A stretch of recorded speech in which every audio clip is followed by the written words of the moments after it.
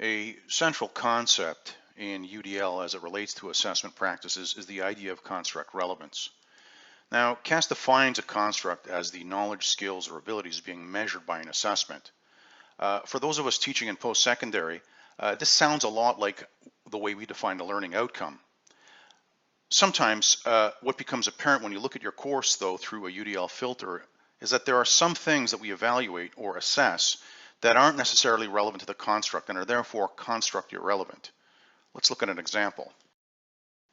Here's a portion of a rubric for a discussion activity in a fully online writing course that I teach. You can see the criteria along the left side and the levels of achievement along the top. There are, of course, a couple more criteria that got cut off here, but I just want to focus on these ones right now. Because it's a writing course, I think it's important to look at and evaluate students' grammar and the thoroughness and originality of their work.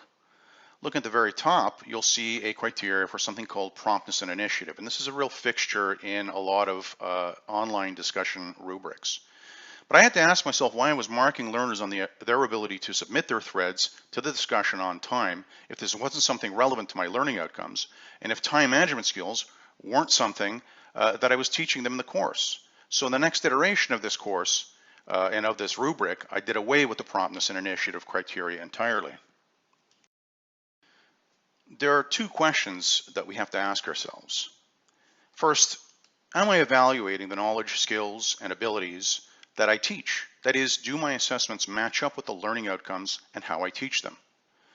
But UDL forces us to ask another question, namely, am I teaching what I'm assessing? If not, then you may want to reconsider your assessments and rubrics to ensure a stronger link between your teaching and what you're evaluating.